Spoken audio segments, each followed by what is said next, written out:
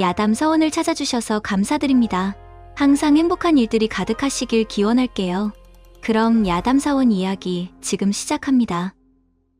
옛날 조선 숙종 때 일이랍니다. 한양 성밖 가난한 마을에 우가라는 사내가 살았다고 하지요. 키가 훤칠하고 얼굴은 후덕했으며 낡은 갓에 해진 도포를 걸치고 다녔답니다. 법 없이도 살 만큼 마음씨 착한 우가는 가난하기 짝이 없었지만 그의 집에는 아이들이 바글바글했지요. 동네 사람들은 그의 집을 보며 이렇게 수군거렸답니다. 이보게, 저기 가는 게 우가가 아닌가? 전양반 참으로 딱한 신세일세. 그려 흥분해처럼 가난한데 아이들만 저리 많으니. 자식들은 끊임없이 늘어나는데 먹여 살릴 힘은 달아나고 우가의 마누라는 매일 밤 남편을 걱정스러운 눈빛으로 바라보았답니다. 얼마나 고된 노동을 했는지 밥상을 받으면서도 팔다리가 후들후들 떨릴 정도였지요. 임자, 또 배가 불렀다니 이게 무슨 일이오? 우가의 목소리는 떨렸습니다. 마누라를 원망하는 것도 아니요. 그렇다고 기뻐하는 것도 아닌 착잡한 심정이 묻어나는 목소리였지요.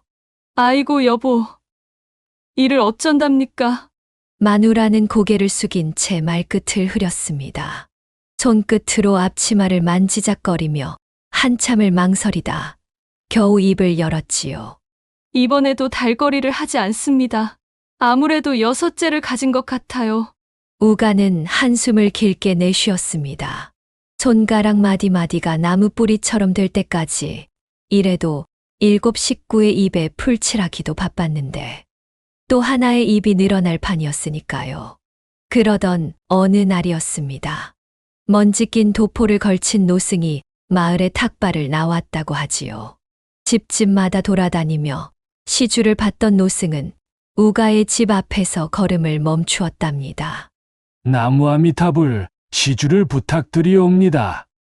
노승의 목소리는 낮고 깊었는데 묘하게도 사람의 마음을 평온하게 만드는 힘이 있었지요. 우가의 마누라는 잠시 망설이다가 안으로 들어가 쌀독을 살폈답니다.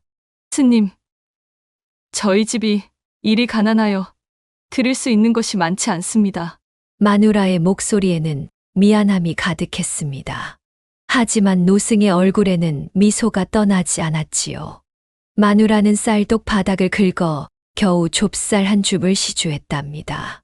그런데 이게 웬일입니까? 노승은 그 좁쌀을 받아들고는 우가의 얼굴을 뚫어지게 바라보았지요. 그 눈빛이 마치 사람의 속까지 들여다보는 듯 했답니다. 노승은 한참을 우가를 바라보더니 입가에 의미심장한 미소를 띄었습니다. 낳을 아들이 10이요. 키울 아들이 7이로다. 예, 스님. 그게 무슨... 우가가 놀라서 되물으려 했지만 노승은 마치 연기처럼 사라져 버렸답니다. 마누라는 어리둥절한 표정으로 우가를 바라보았고 우가는 그 말을 곰곰이 생각해 보았지요. 10을 낳아 7을 키운다라니. 우가는 처마 밑에 앉아 한숨을 내쉬었습니다. 손가락을 꼽아가며 계산을 해보았지요. 그럼 셋은 죽는다는 말인가? 지금도 6 아이 먹여 살리기도 버거운데. 그날 밤 우가는 마당에 앉아 곰방들을 물었답니다. 연기가 피어오를 때마다 한숨도 함께 올라왔지요. 안에서는 마누라가 희미한 등불 아래서 바느질을 하고 있었습니다.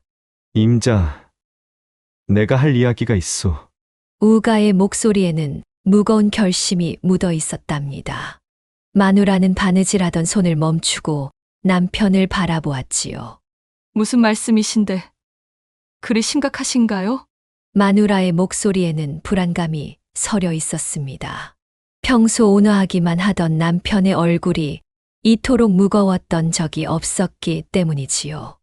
내 생각해보니 이대로는 안 되겠소. 우가는 곰방대를 내려놓고 마누라 쪽으로 몸을 돌렸습니다. 달빛이 그의 수심 가득한 얼굴을 비추었지요. 내 기운이 창창하고 당신의 달거리가 끊어질 날이 까마득하니 식구가 계속 불어날 것은 불보듯 뻔하지 않소. 마누라의 손에서 바느질감이 떨어졌습니다. 남편의 말이 어디로 향하는지 짐작이 갔기 때문이지요. 큰아이가 16이고 둘째가 14이니 우가는 잠시 말을 멈추고 깊은 숨을 들이마셨습니다. 이어지는 말이 목구멍에 걸려 잘 나오지 않는 듯 했지요. 우리 밭되기 농사는 당신과 아이들이 충분히 감당할 수 있을 것이오. 나는 2, 3년 어디 가서 머슴을 살아 세경을 받아오겠소. 하오나, 여보. 마누라의 목소리가 떨렸습니다. 눈가에 맺힌 눈물이 뺨을 타고 흘러내렸지요. 우가도 마음이 아팠지만 달리 방도가 없었답니다. 달리 길이 없소. 이대로 가다가는 우리 모두 굶어 죽을 것이오. 둘은 그날 밤 부둥켜 안고 한참을 울었다고 하네요. 밤하늘의 달빛도 이들의 슬픔을 위로라도 하듯 유난히 맑았답니다. 이튿날 새벽녘이었습니다. 우가는 집신 한 켤레와 몇 벌의 해진 옷까지만 보따리에 싸서 떠날 채비를 했지요. 마당에는 온 식구들이 나와 있었답니다. 아버지, 제발 가지 마십시오. 큰아들이 우가의 소매자락을 붙잡고 눈물을 흘렸습니다. 다른 아이들도 아버지의 다리에 매달려 울음을 터뜨렸지요. 이놈들아. 아버지가 너희들 잘 되라고 가시는 것이니 울지 마라. 마누라는 눈물을 훔치며 아이들을 달랬지만 정작 본인의 눈물도 멈추지 않았답니다. 우가는 가슴이 찢어지는 듯 했지만 애써 태연한 척 아이들의 머리를 쓰다듬었지요. 너희들은 어미 말씀 잘 듣고 농사일도 열심히 거들어라. 내 곧 돌아올 터이니. 우가는 더 이상 말을 잇지 못했습니다. 눈물이 왈칵 쏟아질 것 같았기 때문이지요. 서둘러 발걸음을 돌려 살인문을 나섰답니다. 여보, 건강히 계시다가 꼭 무사히 돌아오셔야 합니다. 뒤에서 들려오는 마누라의 떨리는 목소리에 우가는 절대 뒤돌아보지 않으리라 다짐했습니다. 한 번 돌아보면 결심이 흔들릴 것을 알았기 때문이지요. 그렇게 우가는 집신이 닳도록 걸었답니다. 고향에서 300리나 떨어진 이름 모를 마을까지 왔을 때는 이미 저녁 무렵이었지요. 발은 부르트고 다리는 후들거렸지만 가족들 생각에 한 걸음도 쉬지 않고 걸어왔던 것입니다. 그때였습니다. 말을 탄 선비 한 분이 우가 앞에 멈춰 섰답니다. 선비의 모습은 기품이 넘쳤는데 눈매는 날카로우면서도 인자한 기운이 감돌았지요. 나으리, 말씀 좀 여쭙겠습니다. 우가는 공손히 허리를 굽혔습니다. 먼지 묻은 옷자락을 털며 조심스레 말을 이었지요. 이 동네에 하룻밤 묵어갈 주막이 있는지요? 선비는 우가의 모습을 한참 훑어보았습니다. 허름한 차림새지만 그 안에 묻어나는 기품을 알아본 듯 했지요. 주막은 없소. 주막 있는 동네까지는 30리는 더 가야 하니. 선비는 잠시 말을 멈추었다가 이내 결심한 듯 말을 이었습니다. 오늘 밤은 우리 집에서 자고 가시오. 아이고, 과분하신 말씀이십니다. 이런 미천한 사람에게 그런 호의를 베푸시다니요. 괜찮소. 날도 어두워지는데 어디로 가시겠소. 사람 하나 재워주는 게 무의 대수라고. 선비의 말투는 부드러웠지만 단호했습니다. 우가는 몇 번이고 절을 하며 감사 인사를 드렸지요.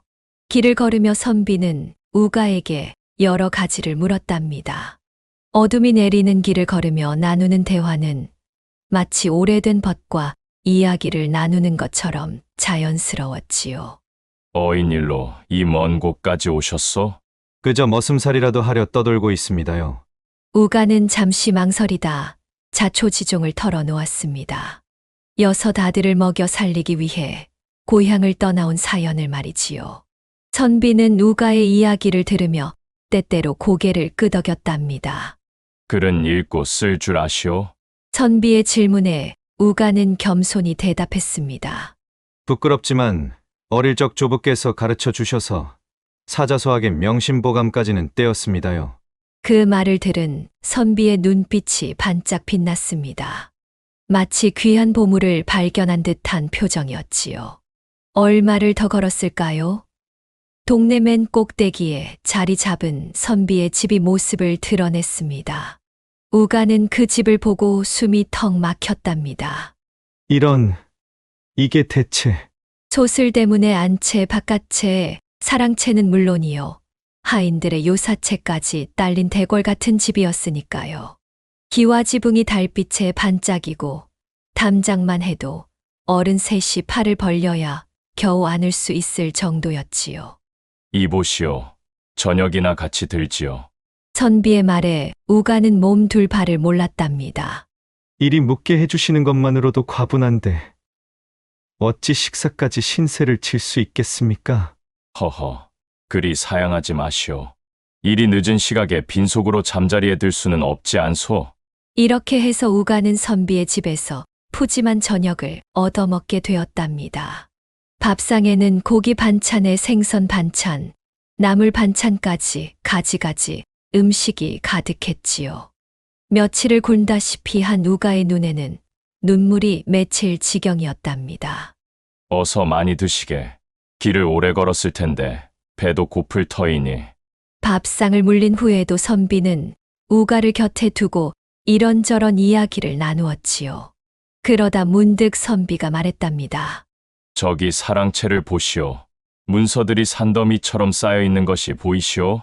예, 그러하옵니다. 혹시 한번 정리해 주실 수 있겠소?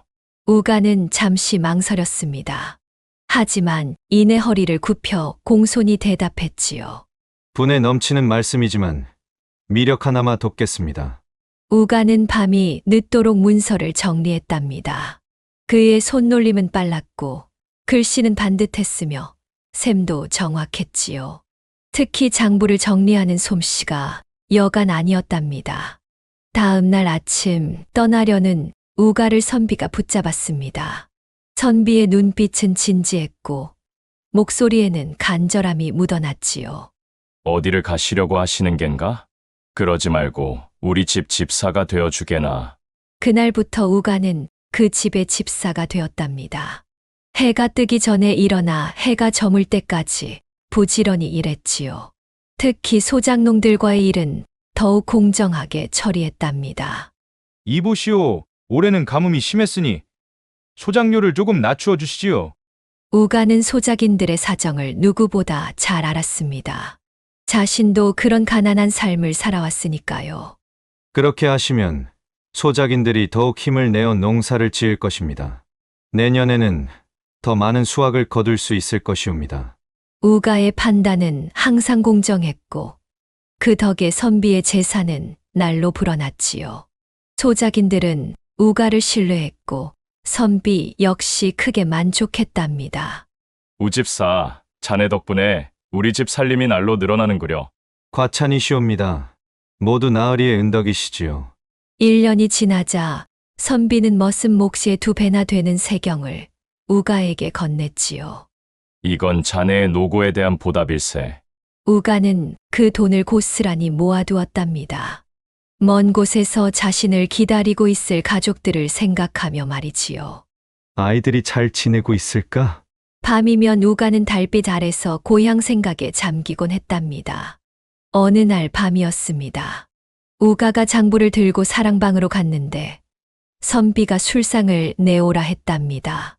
달빛이 은은히 비치는 창가에 앉아 술잔을 기울이던 선비의 눈빛이 복잡해 보였지요. 자, 우집사 한잔 하게나. 네, 나으리. 감사합니다. 술잔을 받아든 우가의 손이 떨렸습니다. 집사라 해도 신분의 차이가 있는데 이렇게 술잔을 나누자니 몸둘 바를 모르겠더랍니다. 우집사는 아이가 몇이라 했지? 문득 선비가 물었습니다. 목소리에 쓸쓸함이 묻어났지요.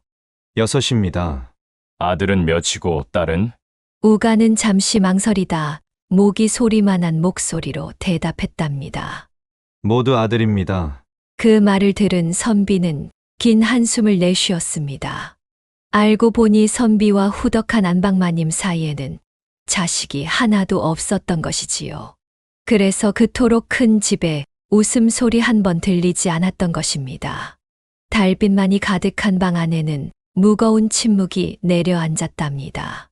선비의 눈가에 맺힌 그림자가 더욱 깊어 보였지요. 입추가 지난 어느 달밤이었습니다. 달빛이 창호지를 하얗게 비추고 있었지요. 우가는 잠 못 이루고 뒤척이며 중얼거렸답니다. 삼신할미도 무심하지. 어찌 이런 집에 아들 하나 점지하지 않을꼬. 그때였습니다. 살며시 방문이 열리더니 치마 스치는 소리와 함께 한 여인의 그림자가 나타났답니다. 달빛에 비친 얼굴은 하얗고 고왔지요. 아니 야심한 밤중에 누구란 말이오? 우가는 놀라 몸을 일으키며 더듬거리며 물었습니다. 여인은 붉게 물든 뺨을 숙이며 속삭이듯 말했답니다. 소녀는 이 집 하녀요입니다. 제발 아무 말 마시고 소첩을 받아주십시오. 하녀는 떨리는 손으로 치마를 벗고 고쟁이를 벗어 속치마만 입은 채 우가의 품에 안겼지요. 달빛 아래 드러난 하얀 피부가 꽃잎처럼 고왔답니다. 이러시면 안 됩니다. 소인은 아내와 자식이 있는 몸이외다. 제발 거절하지 마세요. 하녀의 달콤한 향기에 우가의 이성은 흐려져 갔습니다. 오랫동안 여자를 안아보지 못했던 우가의 몸이 반응하기 시작했습니다. 하녀의 몸도 이미 봄날 샘물 같았지요. 둘은 그렇게 운우지정을 나누었답니다. 장대비가 쏟아지고 번개가 치듯 격정적인 시간을 보냈지요.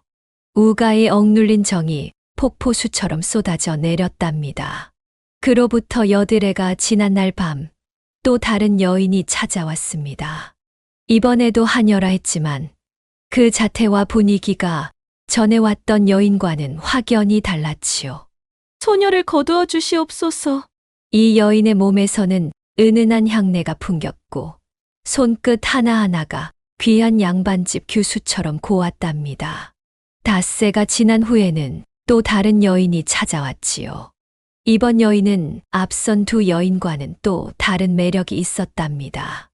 우아한 자태와 요염한 눈빛이 마치 그림 속 미인을 보는 듯 했지요. 석 달쯤 지난 어느 날 밤이었습니다. 집주인 선비가 갑자기 우가를 불렀답니다. 선비의 눈빛이 평소와는 달리 날카로웠지요. 내일 아침 일이 있네. 이분들은 직관 어른과 직관 보일세. 막장골 증조부님 묘소를 보이고 오게나. 우가는 선비의 말투에서 무언가 심상치 않음을 직감했답니다. 하지만 표정 하나 흐트러뜨리지 않고 공손히 대답했지요. 알겠사옵니다. 나으리. 다음 날 아침 우가는 두 사람을 모시고 막장골로 향했답니다. 첩첩산중을 지나 고갯마루에 있는 묵집에 잠시 쉬어가기로 했지요. 우가는 두 사람의 거동을 유심히 살폈는데 직관이라기엔 뭔가 수상한 점이 많았답니다. 손에 든 것이 무엇이오? 우가가 젊은 직관보에게 물었습니다. 그의 목소리는 평온했지만 눈빛만은 날카로웠지요. 길이 험해 목마르실까 하여 술 한 병과 안주를 준비했습니다요. 직관보의 목소리가 살짝 떨렸습니다. 우가는 보자기를 받아 풀더니 갑자기 고기 안주를 마당에 던졌답니다. 아니, 이게 무슨 짓이오? 직관이 놀라서 보자기를 뺏으려 했지만 이미 늦었지요.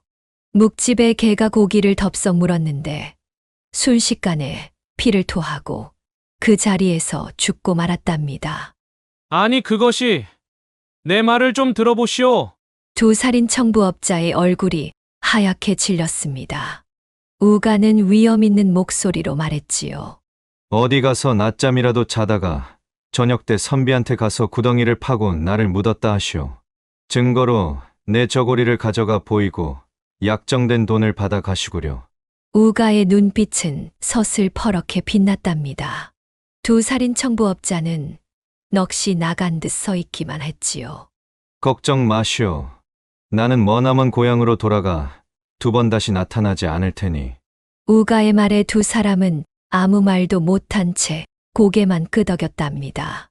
살기등등한 우가의 눈빛에 덜덜 떨며 말이지요. 여기서 궁금증을 자아내실 텐데요. 우가가 어떻게 이런 일을 알았는지 말입니다. 사연인즉 이렇답니다. 지난밤 모두가 잠든 깊은 삼경의 안방마님이 우가의 방을 찾아왔더랍니다. 달빛 아래 선 안방마님의 얼굴은 창백했고 목소리는 떨렸지요. 우집사님, 조용히 들으시오. 안방마님은 숨을 고르며 말을 이었습니다. 석 달 전 가장 먼저 이 방에 들어온 하녀는 바로 소녀였고, 여드레 후 두 번째 여인은 바깥 창반의 첫째 첩, 마지막은 둘째 첩이었소이다. 아니, 그게 무슨... 우가는 놀라 입을 다물지 못했습니다. 안방마님의 고백은 계속 이어졌지요. 모두 바깥 창반이 시켜서 한 일이 외다. 그리고 우리 셋 모두 아이가 들어섰소. 안방마님의 말에 우가는 등골이 오싹해졌답니다. 이제야 모든 일이 이해가 갔지요. 자식이 없어 한을 품은 선비가 자신을 이용해 자식을 얻으려 했던 것입니다. 내일 살인청부업자 두 사람이 직원으로 위장해 당신을 해치려 할 테니 부디 살펴 피하시기 바랍니다. 안방마님은 떨리는 손으로 금부치가 가득 담긴 보따리를 우가에게 건넸답니다. 이것이라도 받으시어 먼 길 떠나실 때 보탬이 되시기를 바라오. 우가는 금부치를 전대에 넣어 허리에 차고 고향으로 내려가며 그날의 노승 말씀이 떠올랐답니다. 낳을 자식은 10이요. 기를 자식은 7이라. 우가는 머리를 굴려 계산해 보았지요. 집을 나올 때 6세, 안방마님과 두 첩이 잉태한 셋을 더해도 9이었으니까요. 허참, 스님의 예언이 빗나간 걸까? 걱정 반 의심 반으로 고향으로 향했답니다. 그렇게 1년 반 만에 고향집에 도착했습니다. 먼지 쌓인 집신을 끌며 살인문 앞에 섰는데 이게 웬일입니까? 살인문 밖에서부터 아기 울음소리가 들려오는 것이었지요. 우가의 가슴이 쿵쾅거렸답니다. 여보, 드디어 돌아오셨구려. 마누라가 반갑게 맞이하는데 품에는 갓난 아기가 있었습니다. 우가는 눈이 휘둥그레져서 아기를 바라보았지요. 이 아이는 당신이 떠나시기 전날 밤의 인연이랍니다. 떠나기 전날 밤 마누라와 나눈 정이 맺혀 마지막 아들을 얻은 것이었지요. 하하, 과연 스님 말씀이 틀림없구나. 10을 낳아 7을 기른다더니 정말로 그리 되었구려. 우가는 그제야 스님의 예언을 모두 이해했답니다. 낳을 자식은 10이요. 기를 자식은 7이라. 집을 떠나기 전 6 아들에 먼 곳에서 얻은 세 아들, 그리고 떠나기 전날 밤 마누라와의 인연으로 맺어진 막내 아들까지 정확히 10명이었지요. 우가는 그동안 모은 돈과 안방마님이 준 금부치로 넉넉한 살림을 차렸답니다. 멀리서 얻은 세 아들은 기를 수 없었지만 나머지 7 아들과 함께 행복하게 살았다고 하네요. 이렇게 우가의 이야기는 끝이 났습니다만 여러분도 아시다시피 세상사 모든 일이 뜻대로 되지는 않지요. 하지만 우가처럼 바른 마음으로 살다 보면 좋은 일이 생기는 법이랍니다. 다음 이야기가 지금 시작됩니다. 구독과 좋아요는 큰 힘이 됩니다. 옛날 한양 근교의 어느 마을에 김석진이라는 청년이 살았답니다. 김석진은 참으로 별난 성격의 소유자였지요. 다른 아이들은 어른 앞에서 고개도 들지 못할 때 이 아이는 보는 대로 느낀 대로 말을 하는 것이었답니다. 어머니, 저 할머니 얼굴이 쪼그라든 감처럼 생기셨어요. 이 녀석, 어찌 어른께 그런 무례한 말을 하느냐? 그리해서는 안 되는 것이란다. 어머니가 아무리 야단을 쳐도 석진의 솔직한 성정은 고쳐지지 않았답니다. 하지만 그의 솔직함이 늘 나쁜 것만은 아니었지요. 한 번은 이런 일도 있었답니다. 마을 양반집 도련님이 가난한 아이의 떡을 빼앗으려 할 때였지요. 이보시오. 그리하면 안 됩니다. 도련님께서 그러시면 어찌 양반자제라 할 수 있겠습니까? 이놈이 감히 내까지 것이 무엇라고 남의 일에 함부로 끼어든단 말이냐? 비록 제가 미쳐나오나 옳지 않은 일은 옳지 않다고 해야 하지 않겠습니까? 어린 나이에도 불구하고 석진은 불의를 보면 참지 못하고 나섰답니다. 그의 이런 고든 성품은 자라면서도 변함이 없었지요. 서당에 다닐 때는 이런 일도 있었답니다. 선생님, 오늘 강의하신 내용이 도무지 이해가 되지 않습니다. 이것이 맞는 내용입니까? 뭐라? 이놈이 감히 스승의 가르침을 의심하는 것이냐? 의심이 아니옵니다. 진심으로 여쭙는 것이옵니다. 제가 이해를 못하는데 어찌 배움이 되겠습니까? 훈장은 처음에 화를 냈지만 차츰 석진의 이런 솔직한 태도에 마음이 움직였답니다. 허허, 내 놈만큼 바른 말하는 제자가 어디 있겠느냐. 덕분에 이 늙은이도 더 열심히 가르치게 되는구나. 한편 이난이는 어떤 교수였느냐 하면 마을 의원의 딸로 태어나 일찍부터 살림을 도맡아 하는 현숙한 처자였답니다. 어린 나이에도 불구하고 난이는 약재를 다루는 법부터 환자를 대하는 예절까지 모두 익혔지요. 특히나 난이는 아픈 사람의 마음을 헤아리는데 남다른 재주가 있었답니다. 아가씨, 덕분에 마음까지 편해졌소이다. 약보다 따뜻한 말 한마디가 더 좋은 약이 될 때도 있다고 아버님께서 늘 말씀하셨어요. 이렇게 서로 다른 성격의 두 사람이 만나게 된 것은 참으로 하늘이 맺어준 인연이었답니다. 그날도 난이는 평소처럼 우물가에서 빨래를 하고 있었지요. 아가씨, 이리 늦게까지 빨래를 하시면 어쩌시나요? 괜찮아요. 낮에는 아버님 일을 도와드려야 해서요. 난이는 이웃집 아주머니의 걱정 어린 말에 그저 웃음으로 답했답니다. 그때였지요. 마침 서당에서 돌아오던 석진이 우물가를 지나가다가 난이를 보게 된 것입니다. 아니 이럴 수가. 저런 미인이 있단 말인가. 저 아리따운 얼굴. 달빛이 부끄러워 숨어버릴 것 같구나.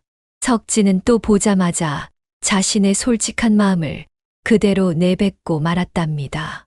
그런데 이게 웬일입니까? 다른 처자들 같았으면 당장 자리를 피했을 테지요. 하지만 난이는 달랐답니다. 달빛보다는 많이 못하지만 공연히 놀라게 해드려 죄송해요. 이 대답에 석진은 그만 눈이 휘둥그레졌답니다. 아니 글쎄, 자신의 실수를 저리 부드럽게 받아주다니 말입니다. 아니, 아가씨께서 그리 말씀하시니 제가 더욱 부끄럽습니다. 처음으로 석진의 입에서 조심스러운 말이 나왔지요. 그날 이후로 석진은 매일 우물가를 지나다니기 시작했답니다. 오늘도 달님이 아가씨를 보고 부끄러워하고 있군요. 오늘은 달님보다 공자님의 얼굴이 더 붉어 보이시네요. 이렇게 두 사람은 서로를 알아가기 시작했지요. 석진의 솔직한 성격과 난이의 부드러운 성품이 마치 봄날의 꽃과 나비처럼 잘 어우러졌답니다. 한편 마을 사람들은 이 두 사람의 관계를 보며 고개를 절레절레 흔들었습니다. 아니, 저리 솔직하기만 한 석진이와 저리 현숙한 난이가 어울린다고? 물과 불을 한 그릇에 담으려 하는 것 같구려. 하지만 두 사람의 사이는 날로 깊어만 갔지요. 특히나 난이의 아버지는 석진의 솔직한 성격이 마음에 든다며 혼사를 적극 찬성했답니다.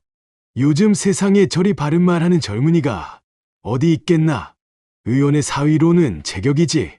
나는 이 혼사 대찬성일세. 그렇게 두 사람은 혼인을 하게 되었습니다. 헌데 이게 웬일입니까? 혼례식 날 석진이 갑자기 큰 소리로 외치는 것이 아니겠습니까?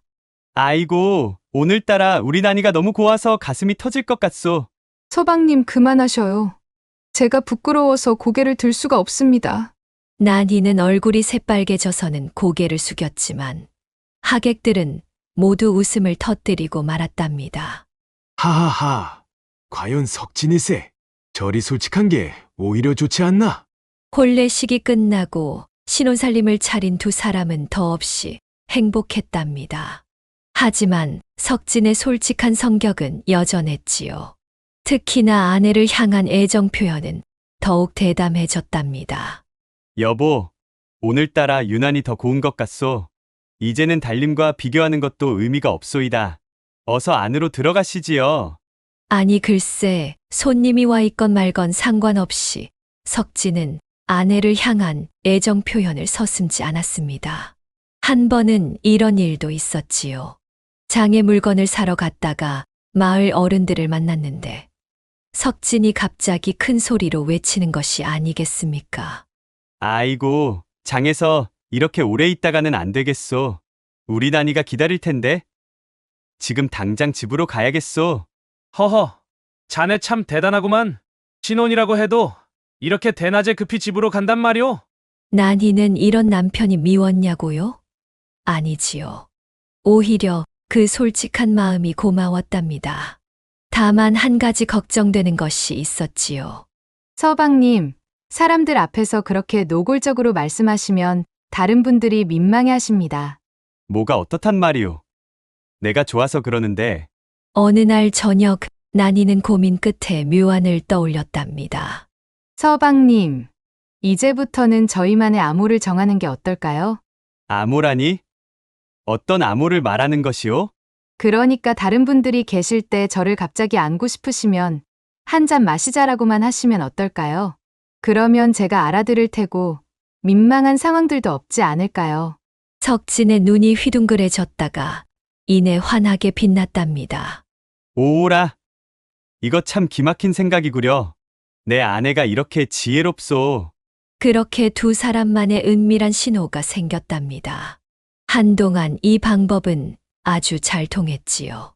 그런데 어느 날 난이의 아버지인 이장호가 사위 집을 방문하게 되었습니다. 장호는 마을에서 양반의 도리를 엄격히 지키기로 소문난 어른이었습니다. 어찌나 체면을 중요시했던지 젊은 시절에는 양반의 도리를 지키기 위해 목숨이 위태로운 적도 있었다는 이야기가 있을 정도였지요. 우리 아버님 젊은 시절 이야기 들으셨어요? 한 번은 비가 쏟아지는데도 갓을 바로잡느라 비를 맞으며 한 시즌을 서 계셨다더군요. 허허. 그러니 내가 장인어른을 뵐 때마다 일이 긴장되는 것이구려. 그날도 장호는 위험 있는 모습으로 사위 집을 찾았답니다. 난이는 얼른 맛있는 음식을 차려 올렸고 석진은 정성껏 술상을 준비했지요. 이복의 석진, 자네 요즘 장사는 어떠한가? 네, 장인어른. 덕분에 잘 되고 있사옵니다. 두 사람이 이런저런 이야기를 나누다가 장호가 잠시 변소에 가느라 자리를 비웠을 때였습니다. 갑자기 석진의 눈에서 이상한 빛이 번쩍였답니다. 아니 글쎄, 난이가 버선발로 휘청거리며 지나가는 모습이 그의 마음을 흔들어 놓은 것이었지요. 장인어른과 함께 술까지 마셔 취기가 오른 상태인지라 그만 마음이 동해버리고 말았답니다. 평소 그의 습관대로 말이 먼저 입 밖으로 나와 버렸습니다. 여보, 한 잔 마시고 싶구려. 석진의 돌발 발언에 난이는 순간 심장이 멈추는 듯 했답니다. 평소라면 달콤한 신호였겠지만 하필이면 체면을 목숨처럼 여기시는 아버님 앞이었으니 말입니다. 영문을 모르는 장호는 의아한 표정으로 말했습니다. 그래, 좋다. 나니, 너도 같이 한잔 하자꾸나. 평소의 난이었다면 당연히 거절하였을 테지만 그날따라 귀신에 홀린 듯 석진의 청을 거절하지 못하고 말았답니다. 난이는 얼굴이 새빨개진 채 자리에서 일어났습니다. 발걸음이 휘청거릴 정도로 가슴이 두근거렸지요. 변소를 가던 장호는 난이가 방을 나가는 모습을 보고 딸이 술을 가지러 가나 보다 생각하고 무심히 고개를 끄덕였습니다. 그런데 이게 웬일입니까? 석진까지 방에서 나오더니만 난이의 뒤를 따라 골방으로 들어가는 것이 아니겠습니까? 그것도 얼굴에는 수줍은 미소를 머금은 채로 말입니다. 이상한 일이로구나. 장호는 처음에는 영문을 모르고 둘을 기다렸습니다. 하지만 시간이 지나도 두 사람이 나오지 않자 점점 이상한 생각이 들기 시작했습니다. 어떤 수를 내오길래 둘이 골방에 들어가 일이 지체한단 말인가? 더구나 골방 안에서 이상한 소리가 들리는 듯 하자 장호의 눈썹이 꿈틀거리기 시작했답니다. 잠시 후 방에서 나온 두 사람의 모습이란 난이는 머리가 살짝 흐트러져 있었고 석진의 옷깃은 어쩐지 단정치 않았지요. 게다가 두 사람 모두 얼굴이 발그레해져 있는 것이 마치 술에 취한 듯 했습니다. 장호의 눈이 점점 커지기 시작했습니다. 양반가의 채통을 한평생 지켜온 사람이 이런 광경을 어찌 참으실 수 있었겠습니까? 아니, 이게 무슨 도리란 말이냐? 나를 여기 두고 너희들끼리 몰래 술을 마시고 온단 말이냐? 그것도 골방에서. 도대체 이게 무슨 버르장머리 없는 짓이더냐? 장호의 목소리가 점점 커졌습니다. 평소 조용하고 위엄 있던 모습은 간데없고 수염이 파르르 떨릴 정도로 화가 치민 상태였지요. 석진은 얼굴이 하얗게 질린 채 입만 뻐끔거렸습니다. 평소 그토록 솔직하던 입이 이런 때는 왜 말을 못하는 것인지. 아니, 그게 아니라 장인어른 오해십니다. 그런 것이 아니고. 난이도 얼른 상황을 설명하려 했지만 이미 장호의 노기가 하늘을 찌를 지경이었답니다. 이런 무료막심한 놈이 다 있나? 내가 이럴 줄 알았으면 절대로 혼사를 승낙하지 않았을 것을. 장호의 목소리가 떨리기 시작했습니다. 평생을 체면을 중시하며 살아오다 자식에게 이런 수치스러운 일을 당하니 그 분노가 오죽했겠습니까? 그러더니만 아니 글쎄 평소 한 걸음을 걸을 때도 일관을 바로잡곤 하던 양반이 버선발로 대문을 박차고 나가는 것이 아니겠습니까? 그것도 가시 비뚤어진 채로 말입니다. 아버님, 그게 아니라 제발 설명을 들어보시면. 난이가 울먹이며 뒤쫓아 나가려 했지만 이미 장호는 저 멀리 사라진 뒤였습니다. 아이고, 이를 어쩌면 좋아. 여보, 어떡하면 좋아요? 난이는 눈물을 흘리며 석진의 품에 안겼습니다. 석진은 어찌할 바를 모르고 발만 동동 굴렀지요. 이 소식은 삽시간에 마을에 퍼졌답니다. 장호가 버선발로 뛰어가는 모습을 본 사람들이 수군거리기 시작했습니다. 아니 들었소? 석진이 부부 내외가 장인을 혼자 두고 자기들끼리만 골방에 가서 좋은 술을 마셨다지 뭐요? 글쎄 말이오. 아니 좋은 술이라면 장인과 함께 마셔야 하는 것 아니오? 그러게 말이오. 그 두 사람이 그렇게 경우 없는 사람들인지는 몰랐소. 한편 장호는 집에 돌아가자마자 부인에게 성화를 피웠답니다. 여보, 당신이 가서 우리 난이를 데려와야겠소. 저런 무례한 사위와는 더 이상 살 수 없네. 아니, 도대체 무슨 일이 있었길래 그러시는 게요? 난이 어머니는 영문을 몰라 어리둥절했지만 남편의 성급한 성격을 잘 알기에 일단 딸을 찾아가 보기로 했답니다. 어머니가 도착했을 때 난이는 마당에서 훌쩍이고 있었고 석진은 멍하니 앉아 있었지요. 아이고 어머니, 큰 오해가 생겼어요. 이를 어쩌면 좋지요. 도대체 무슨 일이 있었던 거니? 내 아버님께서 그렇게 노하시다니? 난이는 부끄러워 얼굴이 새빨개진 채 어머니 귀에 대고 속삭였답니다. 한 잔 마시자는 말이 저희 부부만의 은밀한 신호였어요. 은밀한 신호라니? 남들 앞에서 민망하니까 부부간의 사랑을 확인하고 싶을 때 보내는 비밀 신호였답니다.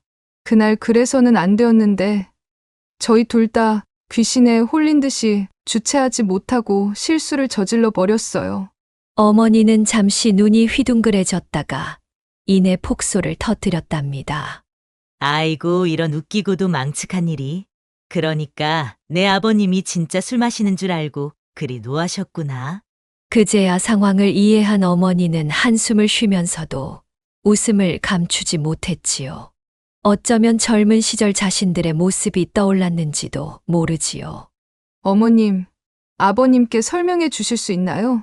그려, 내가 가서 잘 말씀드릴 테니 걱정 말거라. 허나 앞으로는 그런 은밀한 신호도 때와 장소를 가려가며 하도록 해라. 어머니가 집으로 돌아가 장호에게 사정을 설명하자 처음에는 영문을 모르고 듣던 장호의 얼굴이 점점 붉어지더니 마침내 폭소를 터뜨리고 말았답니다. 하하, 이런 귀신도 모르리리. 그래서 둘이 얼굴이 붉어져서 나왔던 거였구나. 여보, 이제 알겠지요? 때와 장소를 가리지는 못했으나 젊은 혈기로 그런 것이니 이해해 주는 게 어떻겠습니까? 그만큼 석진이가 우리 나니를 진심으로 아껴주고 사랑하고 있다는 증거 아닐까요? 장호는 한참을 웃다가 문득 부인을 바라보았답니다. 아니 글쎄 젊은 시절 부인의 모습이 떠오른 것이었지요. 여보, 우리도 한잔 하시겠소? 순간 나니 어머니는 당황했지만 이내 발그레한 얼굴로 웃음을 지으며 대답했답니다. 좋소이다. 지금 당장 한잔 하시지요. 그렇게 두 노부부는 오랜만에 달콤한 시간을 보내게 되었지요. 정답게 이야기를 나누다가 어머니가 수줍은 목소리로 장호를 바라보며 말했답니다. 여보, 오늘 참 즐거운 밤이네요. 한 잔 더 하시겠어요? 장호는 잠시 머뭇거리더니 얼굴에 장난스러운 미소를 띠며 재치 있게 대답했지요. 오호, 나이 탓인지 한잔해도 일이 크게 취하는구려. 오늘은 이만하는 게 좋겠소. 나니 어머니는 그 말에 폭소를 터뜨리며 장호 어른의 손을 꼭 잡았답니다. 그럼 다음번에는 한 잔으로 끝나지 않은 테니 단단히 준비하시오. 다음 날 장호는 아침 일찍 사위 집을 찾아갔답니다. 이복의 석진, 어제 일은 내가 오해를 한 것 같구만. 석진은 장인어른을 보자마자 얼굴이 하얗게 변했지만 장호의 부드러운 말투에 안도의 한숨을 내쉬었습니다. 아닙니다, 장인어른. 제가 생각이 짧았습니다. 허허, 이제 보니 자네와 우리 나니가 참 잘 어울리는 것 같네. 솔직한 자네와 지혜로운 우리 나니가 서로를 채워주고 있으니 말이세. 그러더니 장호가 갑자기 석진에게 한 잔 술을 따라주는 것이었습니다. 자, 이번엔 정말 한잔 하세나. 아버님, 넓은 아량으로 저희 부부를 용서해 주셔서 감사해요. 석진과 나니는 얼굴이 붉어져서는 서로를 바라보았답니다. 장호는 그런 두 사람을 보며 미소 지었지요. 석진, 이제 보니 자네가 우리 나니를 진심으로 사랑하는 게 보이는구려. 앞으로도 그 마음 변치 말게나. 네, 아버님. 평생 나니를 사랑하며 살겠습니다. 그 일을 계기로 석진 부부는 물론이고 장호 부부의 금슬도 좋아졌다고 합니다. 가끔 서로를 바라보며 한잔 하시겠소? 라는 말로 은근한 애정을 표현했다고 하네요. 자, 여러분.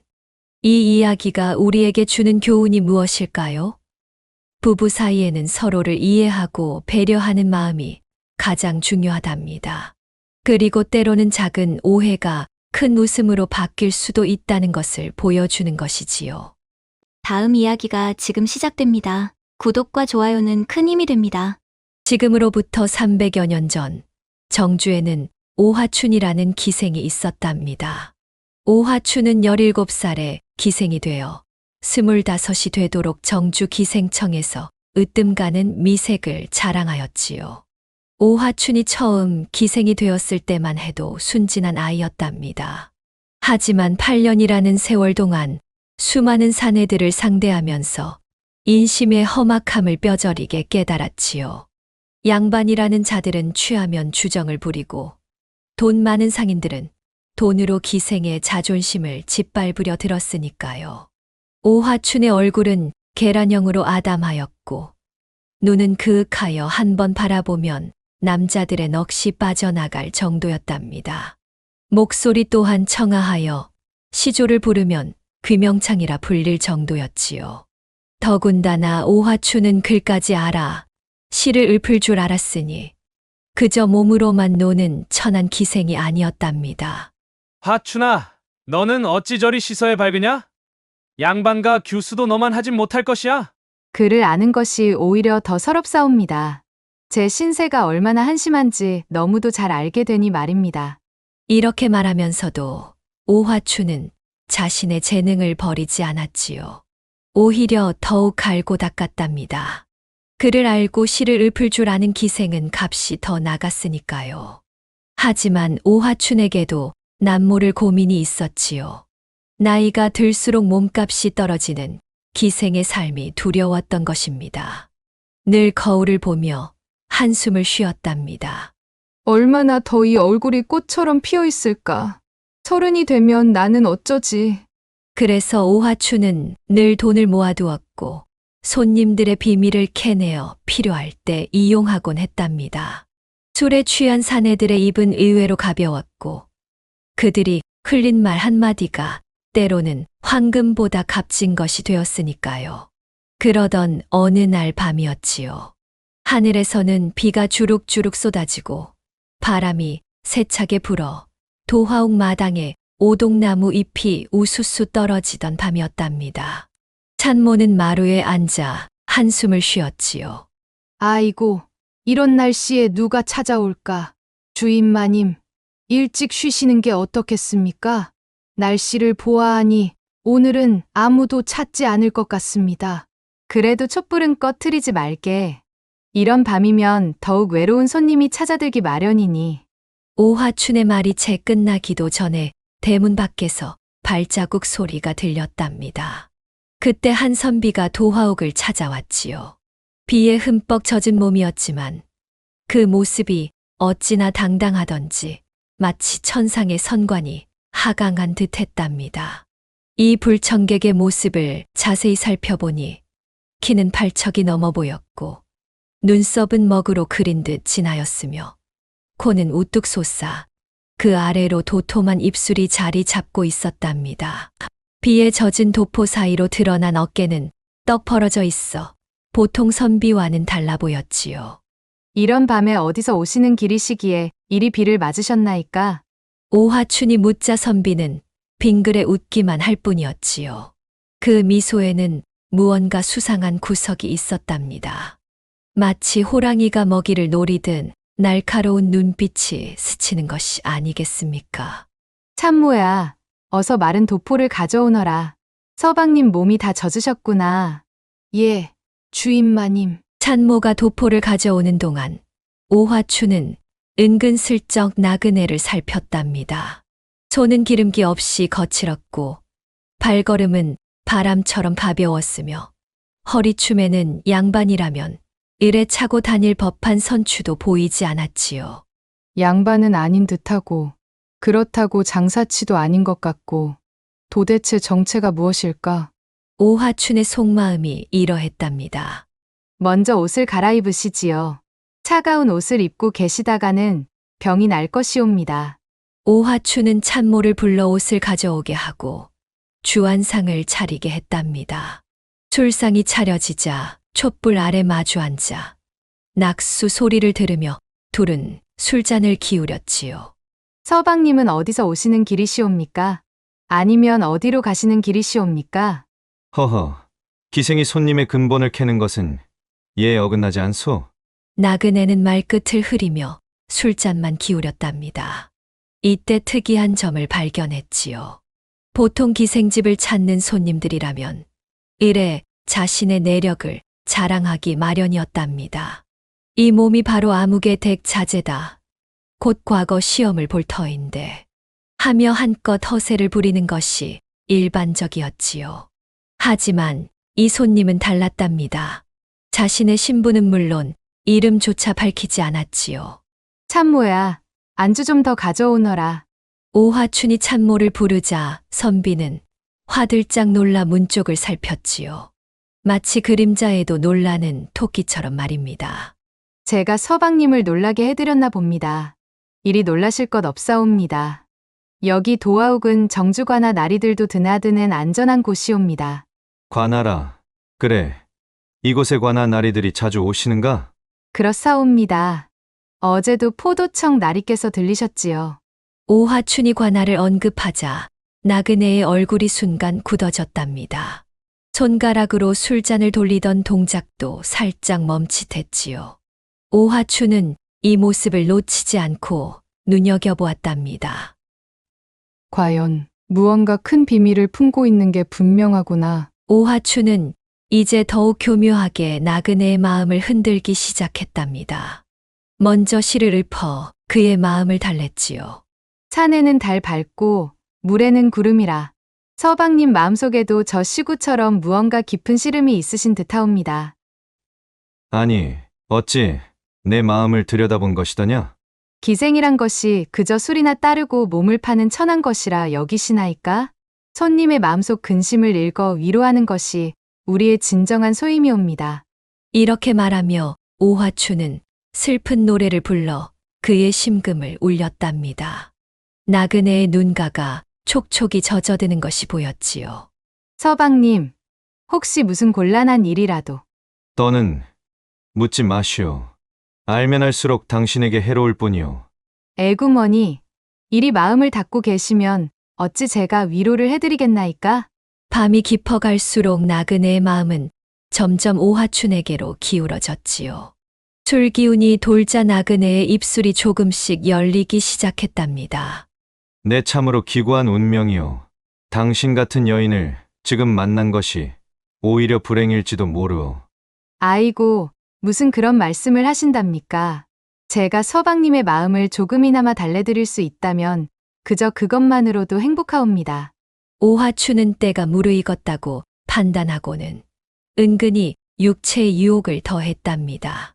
그날 밤 둘은 운우지정을 나누었지요. 새벽녘에 잠시 눈을 붙였는데 눈을 떠보니 해가 중천에 떠 있는 것이 아니겠습니까? 나그네는 화들짝 놀라 벌떡 일어났답니다. 아이고, 이를 어찌하면 좋단 말이오.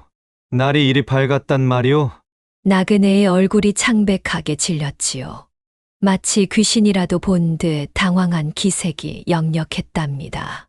서둘러 도포를 여미고는 주머니에서 은자를 꺼내 넉넉한 술값을 치르려 하였지요. 이보시오, 도화옥 아가씨. 날이 어두워질 때까지만 빗방에 머물다 가면 안 되겠소? 당연히 되고 말고요. 서방님이 원하신다면 일평생이라도 모시겠나이다. 오화춘이 교태 섞인 웃음을 지으며 답했지요. 그리고는 찬모를 불러 아침상을 차리게 하였답니다. 참모야, 어서 맑은 국에 술안주도 좀 준비해 오너라.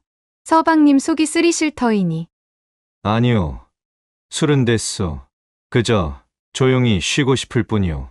아이고, 어찌 술도 안 드시고 그리 쉬기만 하시렵니까? 어젯밤 취기도 가시고 몸도 녹이셔야지요. 오화춘은 더욱 공을 들여 나그네를 달랬답니다. 그날 저녁이 되자 다시 술상을 차려 나그네 앞에 앉았지요. 이번에는 더욱 정성스레 술을 따르고 이야기를 나누었답니다. 밤이 깊어 금침을 펼 때였지요. 오화춘은 있는 힘껏 육탄 공세를 펼쳤답니다. 나그네의 품에 안겨 달콤한 목소리로 속삭였지요. 서방님, 이제는 말씀해 주셔야겠소이다. 도대체 어떤 분이시기에 이리 숨어 다니시는 것이며 어디로 가시는 길이시나이까? 이리 마음을 닫고 계시니 제 가슴이 미어집니다. 나그네는 한참을 망설이다 입을 열었습니다. 절대로 발설해서는 안 돼요. 내 사실은 역적모의에 연루되어 수배 중인 국사범이오. 나그네의 말에 오화춘은 겉으로는 놀란 척하며 손으로 입을 가렸지만 속으로는 쾌재를 불렀답니다. 아이고, 그러시었군요. 그래서 그토록 불안해하시고 주변을 면밀히 살피셨군요. 그러하오. 이제 알겠소? 당신과 이리정을 나눈 것조차 후회스럽소. 당신까지 위험에 빠뜨릴까 걱정이오. 서방님, 이리 저를 배려해 주시니 소저 몸둘 바를 모르겠나이다. 오화춘은 나그네의 가슴에 얼굴을 파묻으며 안타까운 듯 한숨을 쉬었습니다. 하지만 그 마음속은 전혀 달랐지요. 이제 내 정체를 알았으니 큰 공을 세울 차례로구나. 나그네가 곤히 잠든 틈을 타 오화춘은 살며시 자리를 빠져나왔답니다.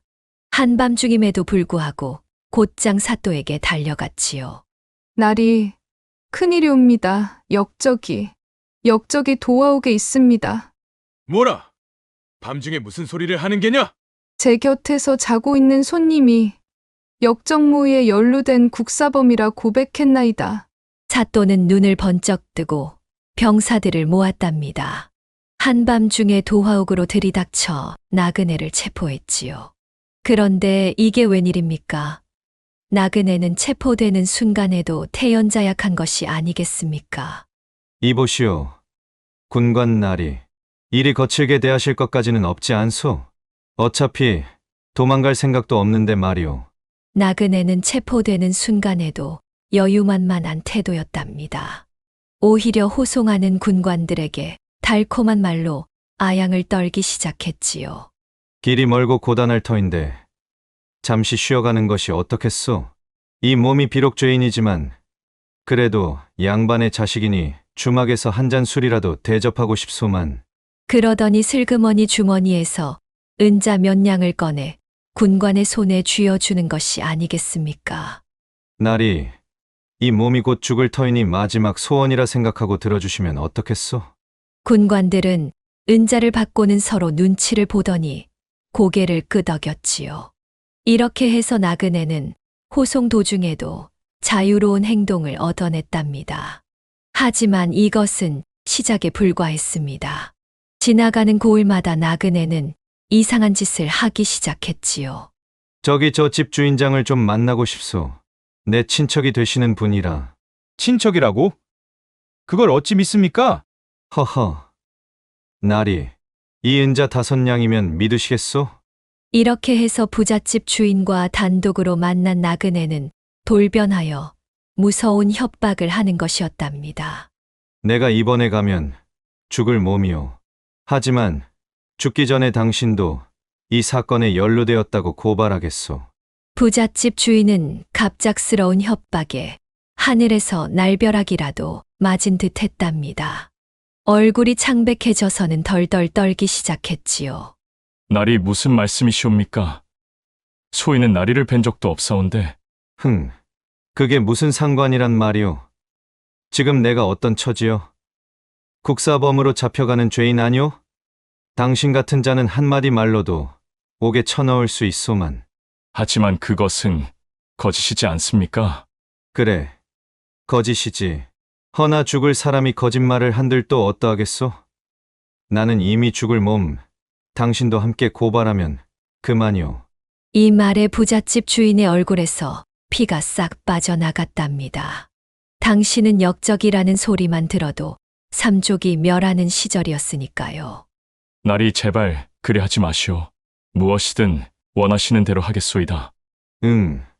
그렇다면 평양 아무개에게 3,000냥의 돈표를 써주시오. 그리하면 당신 이름은 끝까지 발설치 않겠소. 3,000냥이라니 너무 과하시지 않나이까? 소인의 전 재산이. 과하다고? 그럼 차라리 당신을 고발하는 게 낫겠구려. 어디 한번 두고 보시구려. 아이고, 알겠나이다. 당장 써드리겠나이다. 주인은 떨리는 손으로 돈표를 써내려 갔답니다. 그런데 이게 웬일입니까? 나그네는 이런 식으로 지나가는 고을마다 부자들을 협박해 돈표를 받아냈던 것입니다. 자, 이제 됐소. 당신의 이름은 절대로 발설하지 않겠소. 다만이라면 또 무엇이 있단 말이오? 혹시라도 관가에 이 일을 고하면 그때는 돈표고 뭐고 모두 소용없을 것이오. 알겠소? 나그네는 이렇게 협박한 뒤 자신의 동지라며 데리고 다니던 자를 시켜 그 돈표들을 현금으로 바꾸어 챙겼답니다. 한 고을에서 3,000냥, 또 다른 고을에서 2,000냥. 이렇게 큰 돈을 챙기며 호송행렬은 어느덧 평양에 도착했지요. 평양 감사 앞에 끌려간 나그네.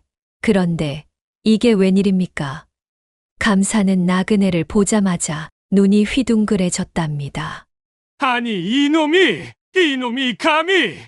아이고, 삼촌. 아니 감사날이 오래간만입니다요. 나그네는 맥이 풀린 듯 비실비실 웃었지요. 알고 보니 그가 다름 아닌 감사의 종질이요. 집안의 종손이었던 것입니다. 이런 못된 놈 같으니라고! 내 놈이 또 무슨 짓을 벌인 것이냐? 감사는 울화가 치밀어 얼굴이 시뻘개졌답니다. 이유인즉 이 사내가 평소에도 악명이 자자했기 때문이지요. 노름판을 전전하며 집안 재산을 탕진하고 이 과부 저 과부를 꼬드겨 살림을 털어먹는가 하면 부자들을 등쳐먹기로 소문난 사기꾼이었답니다. 삼촌, 이번만 용서해 주신다면 정신 차리고 제대로 살아보겠습니다. 용서는 무슨 역적이고 충신이고를 논할 자격도 없는 놈이 감히 국사범을 사칭하다니. 더구나 그 와중에 사기까지 쳤다니. 감사는 속이 부글부글 끓었지만 한편으로는 큰 고민에 빠졌답니다. 이놈을 법대로 다스리자니 집안의 치부가 드러날 것이고 그냥 놓아주자니 죄질이 너무 나빴던 것입니다. 그나저나 이놈아, 어디서 그런 대담한 수를 배웠느냐? 스스로 국사범이라 하여 잡혀가면서 도리어 그것을 이용해 사기를 치다니. 삼촌, 그저 살아남으려다 보니 이런 꾀가 났을 뿐이옵니다. 제발 이번 한 번만 용서해 주시지요. 감사는 한숨을 푹 쉬었습니다. 집안의 체면을 생각하니 이놈을 그냥 죽일 수도 없고 그렇다고 가벼운 처벌로 넘어가자니 죄가 너무 큰 것이 문제였지요. 우선 옥에 가두어라. 그리고 곤장 10대를 때린 후 내보내도록 하라. 결국 감사는 이런 판결을 내렸답니다. 종질의 사기 행각이 만천하에 알려지면 가문의 명예가 땅에 떨어질 테니까요. 참, 스스로 국사범이 되어 저런 큰 사기를 치다니. 이놈의 꾀는 보통이 아니구나.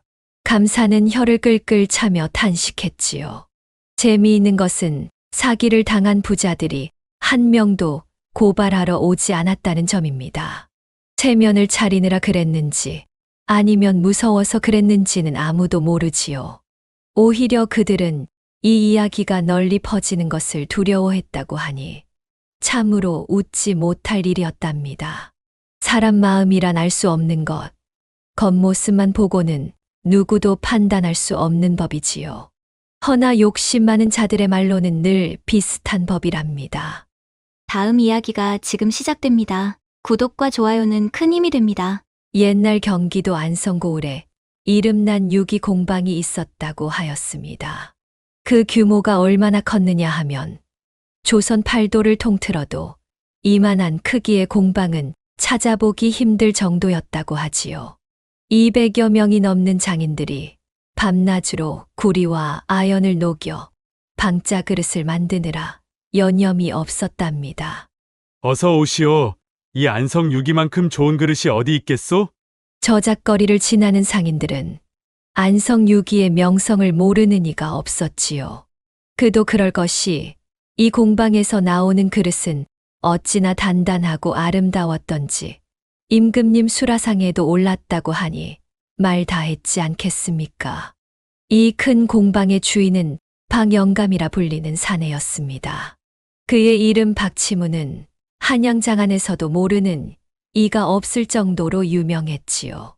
키는 크지 않았으나 반달 눈썹 아래 매서운 눈빛을 지닌 이 사내는 어찌나 장사수완이 좋았던지 10살 때부터 이미 돈 버는 재주가 남달랐답니다.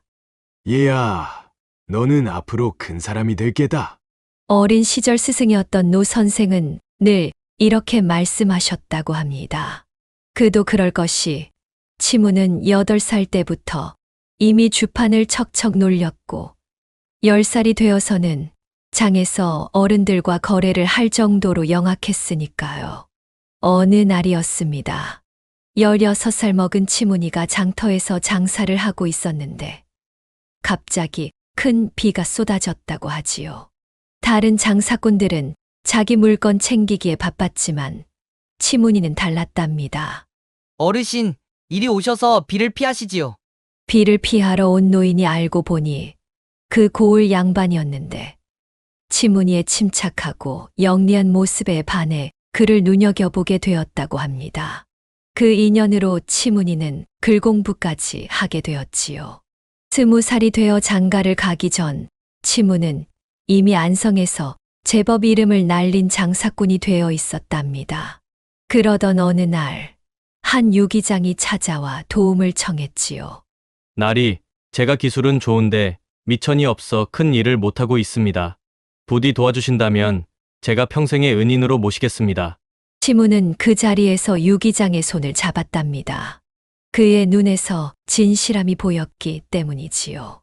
이렇게 시작된 작은 유기 공방이 바로 지금의 큰 공방이 된 것입니다. 일전 한 푼이라도 어그러지면 내 목이 달아날 줄 알아라. 나이 40이 넘어 안성 제1의 부자가 된 치무는 이제 콧수염을 기르고 깐깐한 주인장이 되어 있었습니다. 장부 하나를 보더라도 꼼꼼히 살피고 일꾼 하나를 들이더라도 신중을 기했지요. 그런데 말입니다. 이렇게 크나큰 재산을 일군 치문 영감에게도 한이 되는 게 있었으니 바로 자식이 없다는 것이었답니다. 후계자 없는 가문이 어찌 오래 갈 수 있겠느냐. 첫 부인을 맞이한 것은 25살 때였습니다. 양반가 교수로 얼굴도 곱고 성품도 얌전했다고 하지요. 허나 3년이 지나도록 태기가 없자 치무는 마음이 급해졌답니다. 여봐라, 의원을 불러오너라. 명의라는 명의는 다 불러들였지만 도무지 방도가 없었습니다. 결국 치무는 첫 부인에게 돈보따리를 쥐어주고 내보냈지요. 그리고는 곧바로 둘째 부인을 맞이했답니다. 둘째 부인은 경상도 양반가의 교수였는데 얼굴은 첫 부인만 못했으나 살림 솜씨가 뛰어났다고 합니다. 하지만 이 부인 역시 4년이 지나도록 아이가 들어서지 않았지요. 도대체 왜 이러는 것이냐? 내가 뭔 죄를 지었단 말이냐? 치무는 밤마다 하늘을 보며 한탄했답니다. 둘째 부인도 결국 쫓겨났고 35에 맞이한 셋째 부인 역시 3년 만에 집을 나가야 했지요. 이제 나이 40이 넘은 치무는 점점 초조해졌답니다. 그러던 어느 날이었습니다. 우연히 길을 지나다 한 여인을 보게 되었지요. 아이고, 죄송합니다. 장에서 물건을 사들고 가던 여인과 치문이 마주쳤는데 그만 여인의 보따리가 땅에 떨어진 것입니다. 치문이 보따리를 주워주려 손을 뻗는 순간 여인과 눈이 마주쳤답니다. 이 여인이 바로 후에 치문의 넷째 부인이 될 홍씨였답니다. 24의 나이에 얼굴은 천상의 선녀가 부럽지 않을 만큼 고왔고 눈매는 서늘하면서도 정이 깃들어 있었지요. 아가씨는 어찌 혼자 장에 나오셨소? 부모님을 여의고 숙부댁으로 향하고 있었습니다. 처음 와보는 곳이라서 길을 헤매고 있었답니다. 알고 보니 홍 씨는 양반가의 몰락한 교수였답니다. 부모를 여의고 홀로 사는 것이 막막하여 숙부댁으로 향하고 있었지요. 고향을 떠나 외지를 나온 것이 처음이라 길을 헤매고 있었다고 합니다. 하늘이 맺어준 인연이로구나. 치무는 그 자리에서 혼인을 결심했답니다. 홍 씨의 숙부를 찾아가 정중히 혼인을 청했고 한 달 뒤 혼례를 올렸지요. 홍 씨는 들어오자마자 집안을 휘어잡았답니다. 아침 일찍 일어나 부엌일을 살피고 장부를 꼼꼼히 점검하고 일꾼들의 식사까지 직접 챙겼지요. 그런데 더욱 놀라운 것은 따로 있었답니다. 마님, 이번에 들여온 구리가 품질이 좋지 않사옵니다. 값은 싸지만 나중에 그릇이 터질까 걱정이옵니다. 그렇다면 비싸더라도 평소 거래하던 상인에게서 사들이는 게 좋겠구나. 물건값이 오르더라도 품질만큼은 지켜야 하니. 홍 씨는 장사 수완도 뛰어났던 것입니다. 치무는 속으로 감탄했지요. 하늘이 보내준 선물이 틀림없다고 생각했답니다. 서방님, 이번에 들여온 약은 잘 드시고 계시지요? 홍 씨는 치문의 건강도 세심하게 챙겼답니다. 해소가 있다고 들으니 인삼과 도라지를 푹 고아 매일 아침 올렸고 밤에는 따뜻한 생강차를 준비했지요. 그러던 어느 날이었습니다. 아침 식사 자리에서 홍 씨가 수저를 내려놓았답니다. 서방님, 제가 아무래도 입덧이 있는 것 같습니다. 달거리가 끊긴 것도 그렇고요. 뭐라고? 정말이란 말이오? 치무는 그 자리에서 벌떡 일어났습니다. 얼마나 기뻤던지 그 자리에서 춤이라도 추고 싶은 심정이었지요. 여봐라. 오늘은 공장 문을 닫고 잔치를 벌이도록 하여라.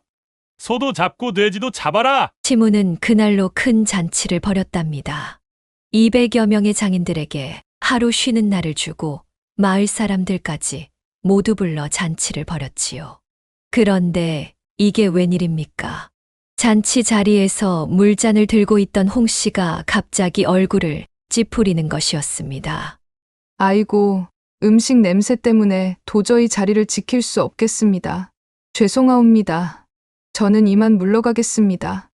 홍 씨는 그대로 자리를 피했고 치무는 더욱 기뻐했답니다. 입덧이 심할수록 아들을 낳는다는 말이 있지 않습니까?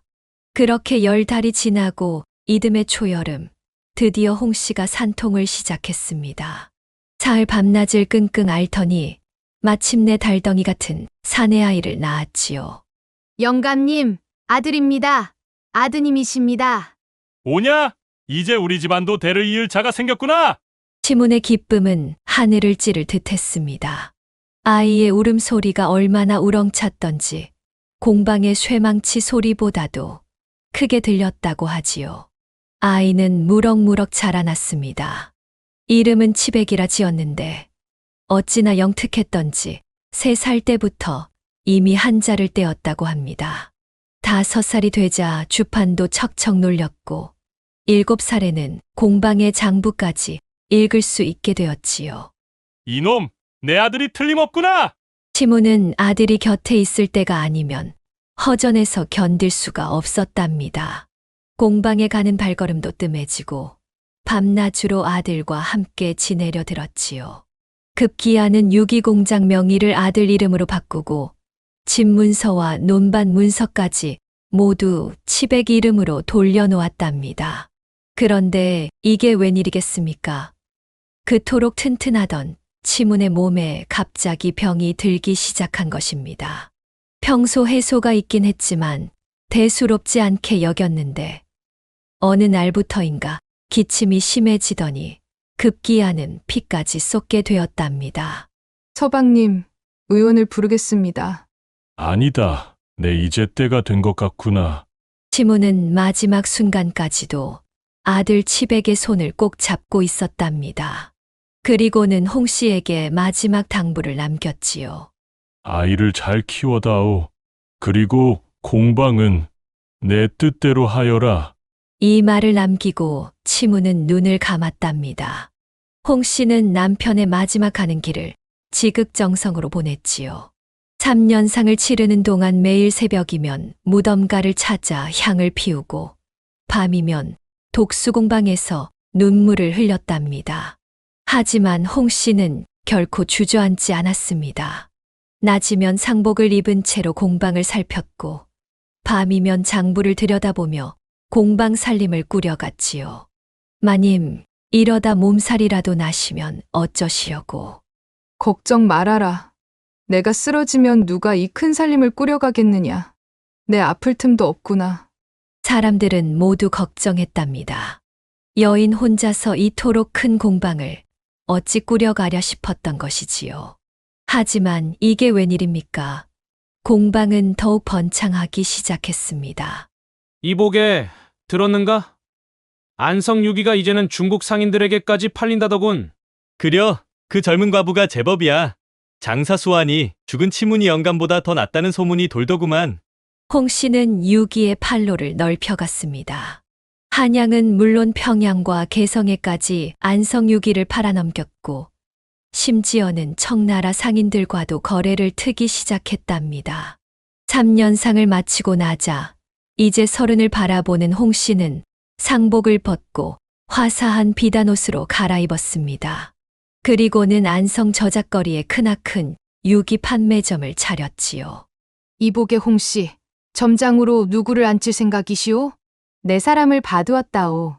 홍 씨가 점장으로 점 찍은 이는 다름 아닌 상덕이었습니다. 27의 총각으로 15의 공방에 들어와 10년이 넘도록 성실하게 일해온 터라 공방의 살림살이를 누구보다 잘 알고 있었지요. 밤이 되면 장옷으로 얼굴을 가린 여인이 판매점 뒷방을 찾아들었답니다. 촛불이 꺼지면 상덕이는 여인의 옷고름을 살며시 풀어 끌어안았지요. 그 순간 하늘에서는 먹구름이 몰려들며 천둥번개가 치고 비가 쏟아졌답니다. 임자, 그 수많은 사내들 중에 어찌하여 나를 점찍었소? 가쁜 숨을 고르며 상덕이가 물었습니다. 홍 씨는 상덕의 가슴에 얼굴을 묻은 채 속삭였지요. 서방님, 당신의 성실함과 진실된 마음씨를 보고 반했지요. 홍 씨는 그렇게 말했지만 실은 다른 속내가 있었답니다. 이 대목에서 잠시 10년 전으로 거슬러 올라가 보겠습니다. 홍 씨는 24세 아리따운 안악이었습니다. 전날 안성장에서 우연히 마주친 치문과의 만남이라고요? 그건 결코 우연이 아니었지요. 들으니 안성제일의 부자 치문이란 자는 세 번째 부인까지 내쫓았다 하더군. 왜 그랬다던가? 아들을 원하는데 셋 다 못 낳았다지 뭐야. 그래서 부인만 보면 의원부터 데려다 진맥을 해보고 아들 낳을 것 같지 않으면 바로 내쫓는다는구먼. 홍 씨는 이 말을 듣고 눈을 반짝였답니다. 어려서부터 영특했던 그녀는 곧 한 가지 계략을 떠올렸지요. 이봐요, 언니. 나 좋은 수가 있어요. 무슨 수가 있다는 것이냐? 치문이란 영감이 아들을 그렇게 원한다면야. 내가 그 소원을 이뤄줄 수 있지요. 난 자신 있다고요. 내 얼굴 하나는 자신 있으니 그의 눈에만 들면 되는 거 아니겠어요? 홍 씨의 계획은 이랬습니다. 우선 치문의 마음을 사로잡아 혼인을 하고 그 다음엔 젊은 씨바지를 찾아 아들을 낳는 것이었지요. 이보시오. 늙으신 영감님께 자식이 없다 한들 제가 정성으로 모시면 하늘이 감동하지 않겠습니까? 홍 씨는 일부러 보따리를 떨어뜨려 치문과 마주쳤고 그렇게 혼인까지 이어졌답니다. 하지만 그녀에겐 더 큰 계획이 있었지요. 홍 씨는 혼인 후 매일같이 안방 들창 앞에 앉아 부채질을 하는 척하며 우물가를 훔쳐보았답니다. 200여 명의 장정들 중에서 자신의 계획에 적합한 사내를 고르고 있었던 것이지요. 애구머니나 저 사내를 좀 보라지. 그러던 어느 날 한 사내가 그녀의 눈에 들어왔습니다. 갓 들어온 18살의 상덕이었지요. 훤칠한 키에 늠름한 몸매도 좋았지만 특히나 그의 아랫도리가 홍 씨의 눈길을 사로잡았답니다.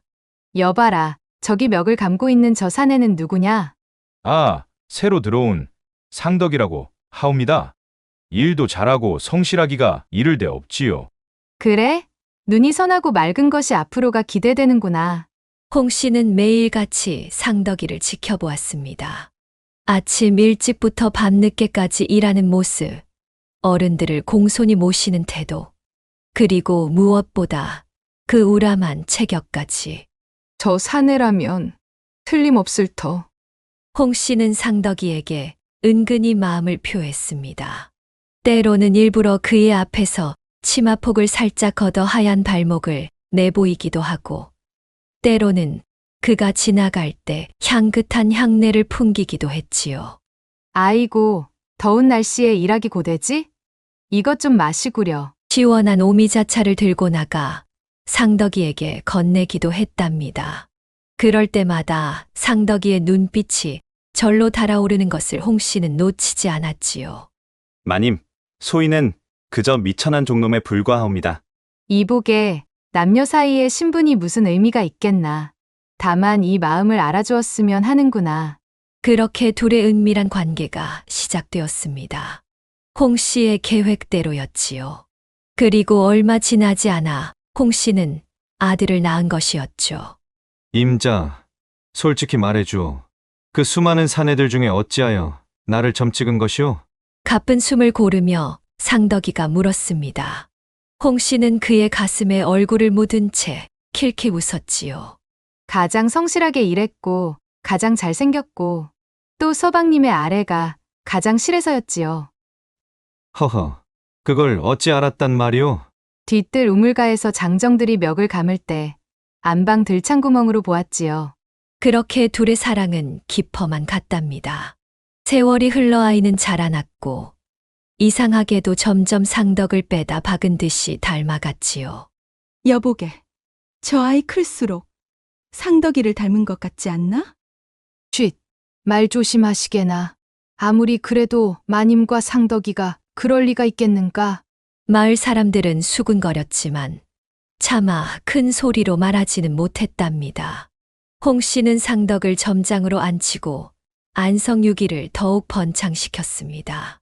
한양은 물론 평양과 개성에까지 안성유기의 이름이 알려졌고 심지어 청나라 상인들까지 찾아올 정도였지요. 아이는 상덕을 아버지처럼 따랐고 셋은 한 울타리 안에서 오래도록 행복하게 살았다고 합니다. 이 이야기는 오늘날까지도 안성고을에서 여러 방식으로 전해진답니다. 어떤 이는 홍 씨가 늙은 영감을 속이고 재산을 가로챈 악녀라 했고 또 어떤 이는 젊은 여인의 어쩔 수 없는 선택이었다고도 했지요. 시무는 평생 자신의 아들이라 믿고 행복하게 죽었으니 오히려 그가 이 집안에서 가장 복된 사람이었는지도 모릅니다. 마지막 순간까지 그토록 바라던 대르리엘 아들이 있다고 믿었으니까요. 홍 씨는 과연 나쁜 여자였을까요? 아니면 가난한 살림에 시달리다 늙은이와 혼인해야 했던 한 여인의 슬픈 운명이었을까요? 상덕이는 단순한 씨바지였을까요? 아니면 진정한 사랑이었을까요? 이렇게 안성유기 공방의 이야기는 지금도 많은 이들의 입에 오르내리며 때로는 한숨 속에, 때로는 웃음 속에 전해진답니다. 세상 사람들의 마음이란 것이 천길 물속은 들여다보아도 한길 사람 속은 모른다더니 우물가에서 몇 감는 사내를 엿보는 안방 마님의 속내야 어찌 헤아릴 수 있었겠습니까?